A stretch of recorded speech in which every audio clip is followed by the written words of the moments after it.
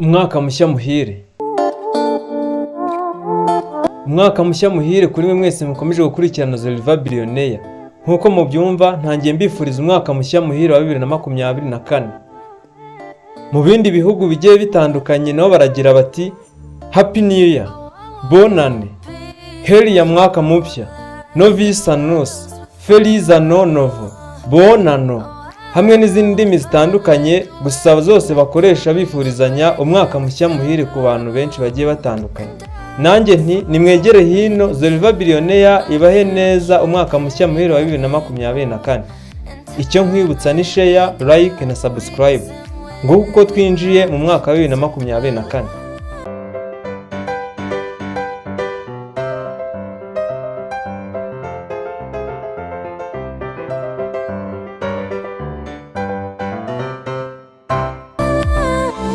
Hagendewe kuri kalendari ya Gregor, umwaka ni urugendo rw'iminsi 7 byari cyumweru. Icyumweru nacyo kigashira ikindi kikaza, maze byagera ku byumweru 4 tukabyita ukwezi. Ukwezi nako ushobora kugira iminsi 31, 30 se, 29 cyangwa 28. Ukwezi kwa mbere kurashira ukundi kukaza, maze yashika amezi 12. Aha niho tuvuga ko umwaka wuzuye. Aya mezi yose hamwe kandi akaba agizwe n'iminsi 365 cyangwa se 366, mu gihe ukwezi kwa kabiri kwagize iminsi 29. Ibi biba buri myaka imwe. Nguko ko umwaka uba uteye hagendewe kuri kalendari ya Gregor, yatangiye gukoreshwa tariki 29 Nzeri mu mwaka w'1582 i Roma mu Butaliyani no mu zindi leta za Katolike, nyuma y'uko hakoreshwaga kalendari ya Jules mu myaka 45 mbere y'ivuka rya Yezu Kristo.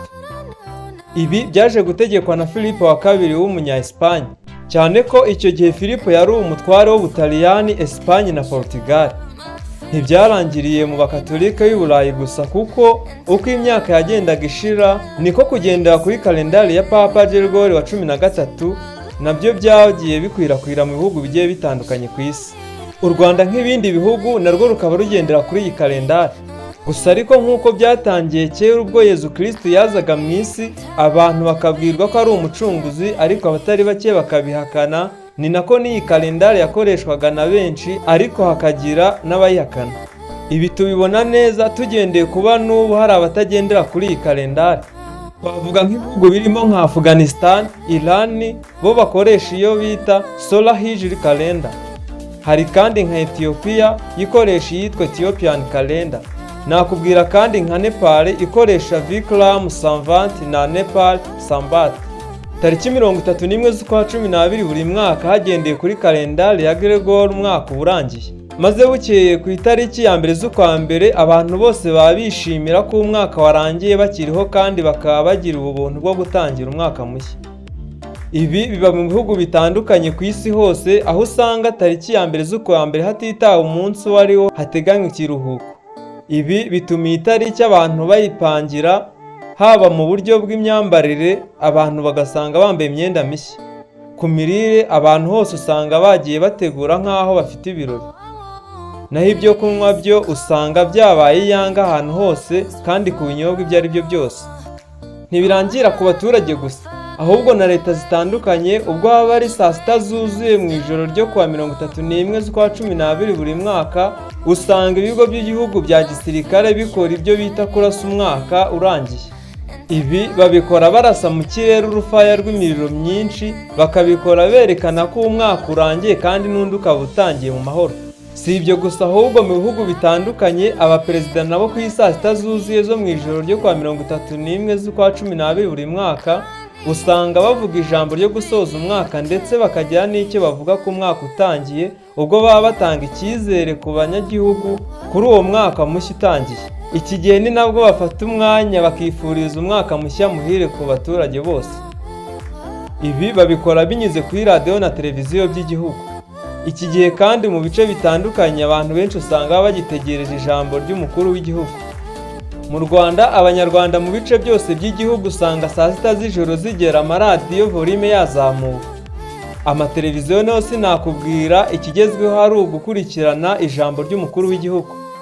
Ibyo birangiye abenshi ntibaryama, ahubwo bakomereza ku bisukika reka ntiwareba, maze ijoro ryambukiranya imyaka 2 bakarikesha.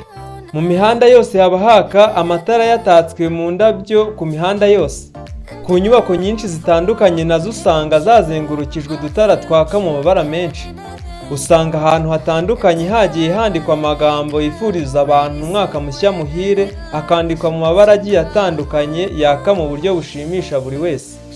Nibajije impamvu ibi byose biba, cyane ko byose biba bigendana no gukoresha amafaranga y'umurengera. Gusa mu buryo busa naho busa, buri wese akaba avuga ko gusoza umwaka umuntu ari muzima ari ikintu cy'agaciro cyane, ku buryo umuntu aba akwiye kwishima mu buryo ubwo ari bwo bwose. Akenshi ariko ngo ni n'igihe cyo kwejyana n'imiryango, maze abantu bakishimira gusoza umwaka no gutangira undi bakiri kumwe. Nkimara kumva ibi nasubiye kuri kalendari nsanga ari ikibazo cy'iminota gusa, naho ubundi igihe ni iki? Niho kwibaza ntese wowe ukomeje gukurikirana Zoriva Billionaire umwaka wa 2024 ugusanze, ese wowe uwiteguye ute?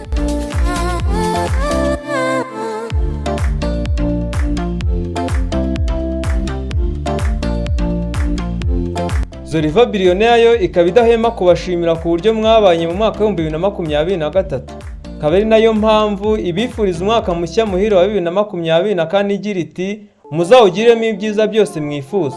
Nanjye nti Happy New Year, bonane, heri ya mwaka mupya.